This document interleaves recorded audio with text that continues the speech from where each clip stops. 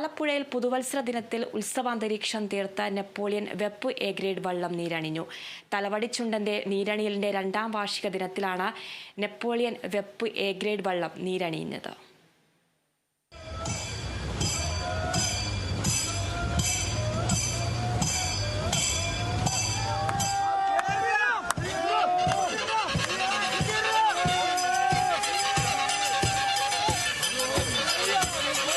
തലവടിച്ചുണ്ടന്റെ നീരണിയലിന്റെ 2ാം വാർഷിക ദിനത്തിലാണ് നെപ്പോളിയൻ കളിവള്ളം നീരണിഞ്ഞത്.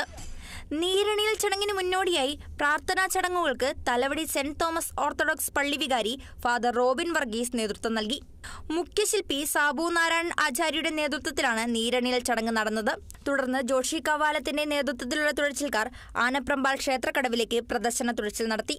കാഞ്ഞിരപ്പള്ളിയിൽ നിന്നുള്ള തടി എത്തിച്ചാണ് നെപ്പോളിയൻ നിർമ്മിച്ചത്. പ്രവാസികളും സ്വദേശീയരുമായ നെപ്പോളിയൻ ബ്രദേഴ്സാണ് വെപ്പ് എ ഗ്രേഡ് വള്ളം നിർമ്മിച്ചത്. വള്ളത്തിന് 86 അടി നീളവും 2.5 അടി വീതിയുമുണ്ട്.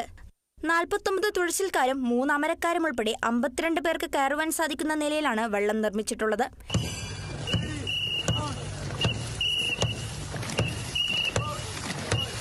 Kerala vision news, Alappuzha.